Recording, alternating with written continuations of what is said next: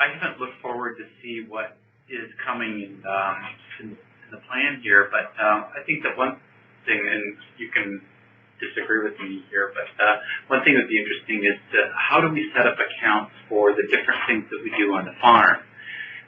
Many of us have a CSA business, and then we have a farmer's market business, and we might have a cut flower business, we might have a... so it's like small businesses within the business. Yeah, and then we have wholesale. Well, so let's say 4 different distribution channels. And then, but we're buying supplies from one vendor that go to the 4 different. Yep, I can show you how to do that. Areas. And then, could we use QuickBooks, for example, to track vegetables from fields? Okay, so if we label a field, you know, can we track, you know, productivity from field 1? You know, are things coming, you know, where we're invoicing from, you know, whom we're invoicing from what field?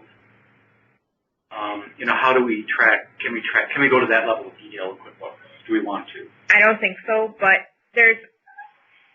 QuickBooks has classes that you can set up to track the different micro businesses within your business, if you will. So we've set up some for like CSA, farmers market, and wholesale.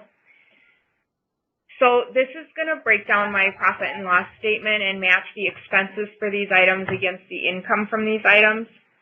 Moving on to the fields, where you had also mentioned by field, you're going to need to decide in QuickBooks whether you want to track this or the fields. It's not both.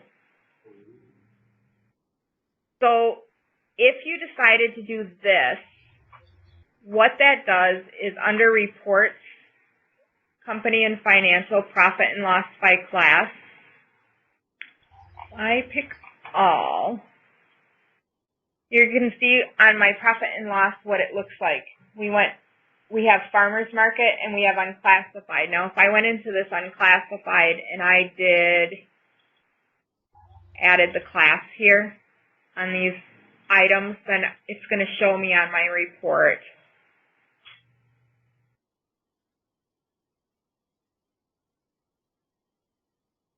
That's the thing I was giving me an error, or I was saying entering things without a class. Yeah. So you have your class tracking set in your company preferences. Okay. You have it set up. I mean, if you want to use classes, great. But I haven't even thought about this now. yeah, useful. It's useful, and you have to basically every transaction you enter, you then have to associate a class. Okay. But if you paid an invoice and it applied to farmers market revenues and it applied to cut flowers, you'd have to break out that expense into 2 different lines, and you could break it out into 2 different classes. Okay.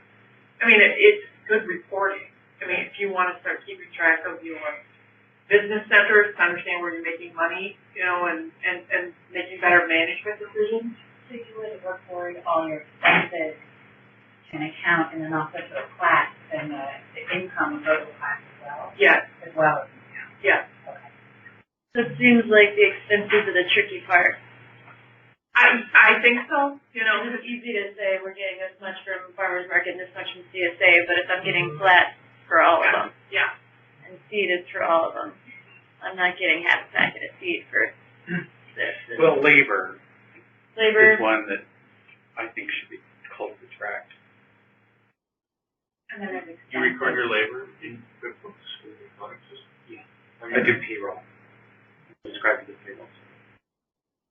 Which I highly recommend. So on the expenses, you can decide to do it like as a percentage of your business to kind of break those up, and you can do that percentage by maybe how many acres or by income, and I would guess by acres, by amount of area is probably a little bit more accurate when you're talking seeds and fertilizer as opposed to, you know, the CSA or the farmer's market. So Will you demonstrate that with maybe one of the supply expenses? Mm-hmm.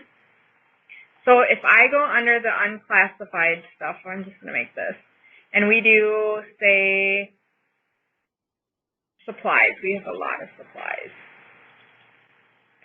Now, I got a couple of different things that I could do here. So I've got $150 in supplies. So if I change that to $75 of that $150, and I can pick which class that is. Say I knew exactly what I bought at Menards and it was for something specific. So say that was for CSA stuff. It was for vegetables that I only grow for CSA. Then I have supplies, and I don't really know what that's for. I can either leave it unclassified, and it'll go in this unclassified column over here, and I can know that my unclassified column is overhead and things that I need to split up by some kind of method that I come up with that would seem fair, or I can name it overhead. So if I left it blank, and I go back to the P&L, now I know that I have $75 that I know is CSA, but the rest of it I need to figure out how I'm going to divvy that up. That I bought supplies and I say, well, CSA is half of my business, so I'm going to take half of this amount and put it to CSA, and a quarter to farmers market and a quarter to my other. Now, I'm kind of making up classes here. You may not have these same classes, but I can use a journal entry. Is anybody familiar with using journal entries? Journal entries is usually something that your accountant is going to do.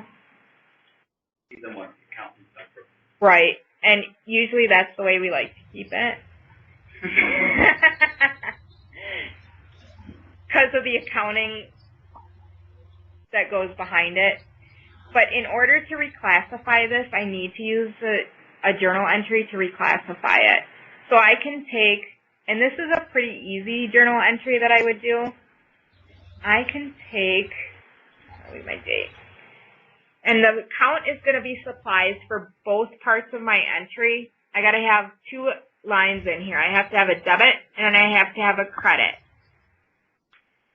This sitting here, for our purposes, we're just going to say you memorize that this part down here, these are debits. So in order to move it out of here, I got to have a credit. So say 3,000 of it.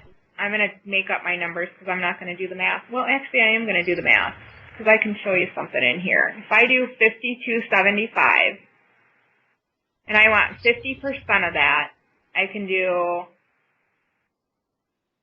times 0.5. Enter.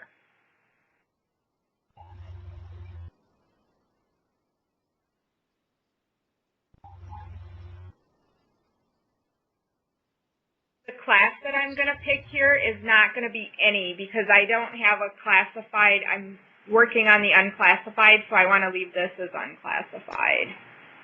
And then I'm going to put supplies down here, and I'm going to put the CSA. And I'm going to save and close that.